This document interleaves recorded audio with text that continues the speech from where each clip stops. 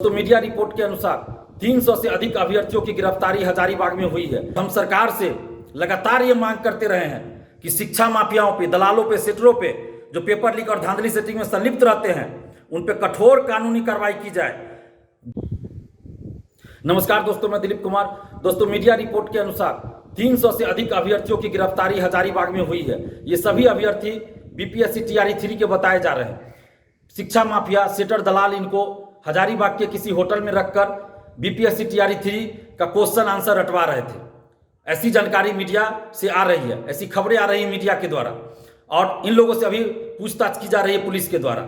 हम लगातार पिछले 7-8 साल से पेपर लीक और धांधली सेटिंग के खिलाफ लड़ रहे हैं। बीपीएससी 67वीं का जो पेपर लीक हुआ उसको हमने ही उजागर किया, बीएसएससी पेपर लीक उजागर किया, और हम सरकार से लगातार ये मांग करते रहे हैं कि शिक्षा माफियाओं पे, दलालों पे, सेटरों पे जो पेपर लीक और धांधली सेटिंग में संलिप्त रहते हैं उन पे कठोर कानूनी कार्रवाई की जाए। 10 साल से अधिक की कानूनी सजा हो, उनकी सारी संपत्ति जब्त की जाए, अगर सरकारी नौकरी में है तो नौकरी से उसको बर्खास्त किया जाए, और करोड़ों रुपए का आर्थिक दंड भी लगाया जाए। लेकिन बिहार सरकार अभी तक ऐसा कानून नहीं बनाई है। केंद्र सरकार ने कानून बनाया है हाल ही में, लेकिन बिहार सरकार अभी तक उस कानून को लागू नहीं की है और न ही ऐसा कोई कानून बना रही है। हम मांग कर रहे हैं बिहार सरकार से कि ऐसा कानून बनाइए, या तो केंद्र सरकार के कानून को ही लागू कर दीजिए। और जो अभ्यर्थी हैं जो ऐसे मामलों में संलिप्त रहते हैं, जो धांधली सेटिंग कराना चाहते हैं या पेपर लीक में संलिप्त रहते हैं, सेटिंग में संलिप्त रहते हैं, वैसे अभ्यर्थी को भी आजीवन प्रतिबंधित कीजिए कि किसी भी परीक्षा में वो शामिल ना हो सके। अगर वो नौकरी में कहीं पे है पहले से तो उसको नौकरी से बर्खास्त कीजिए, और 10 साल से अधिक की सजा हो ऐसा कानून बनाइए।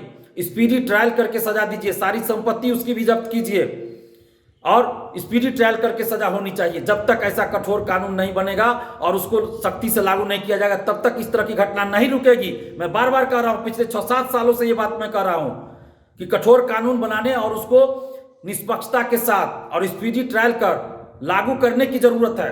जब तक ऐसा नहीं किया जाएगा तब तक पेपर लीक और धांधली सेटिंग रुकने वाली बात नहीं है। हमने 66वीं बीपीएससी के समय भी कहा था कि मेंस के एग्जाम में इलाहाबाद ले जाकर अभ्यर्थियों को कॉपी लिखवाया गया। ऐसी बातें अभ्यर्थियों के द्वारा बताई गई थी उस समय, और हमने कहा भी था, और बाद में जांच में भी आया कि बीपीएससी से मेंस की कॉपियां बाहर ले जाकर लिखवाई जाती है, ओएमआर शीट बाहर लगवाया जाता है।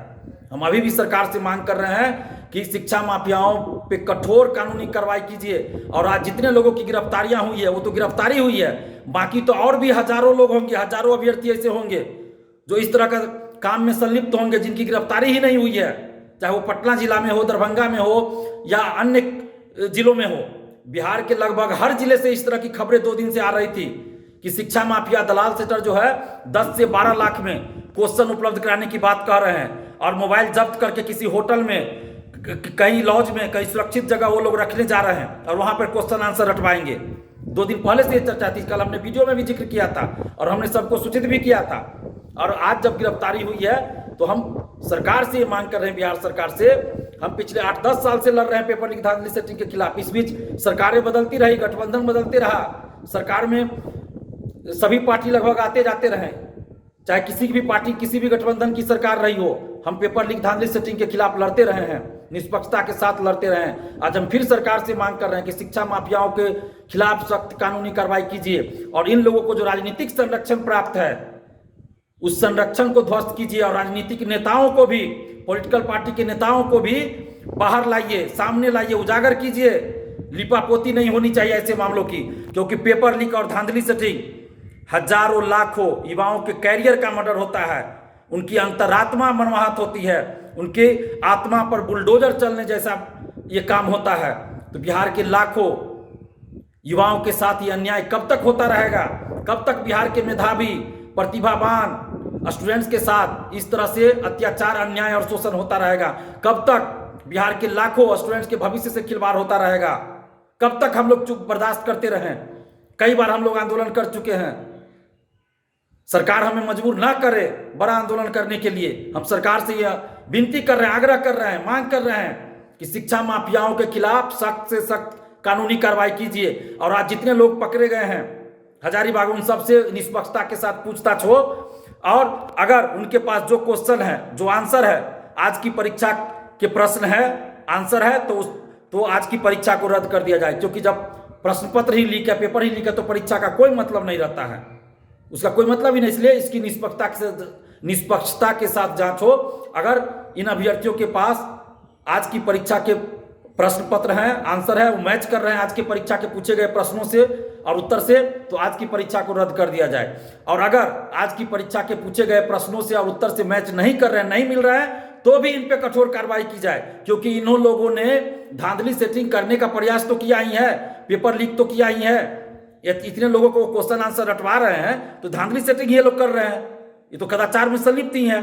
तो इन सभी लोगों पे, अभ्यर्थियों पर भी और जो इसमें दलाल है, सेटर है, शिक्षा माफिया, उन सब पे भी कठोर कानूनी कार्रवाई की जाए और आगे किसी परीक्षा में इस तरह की घटना ना हो, इसके लिए एक कठोर कानून लाया जाए और उसको सख्ती के साथ लागू किया जाए। नहीं तो आगे की परीक्षाओं में भी इस तरह से कदाचार और पेपर लीक होते रहेगा।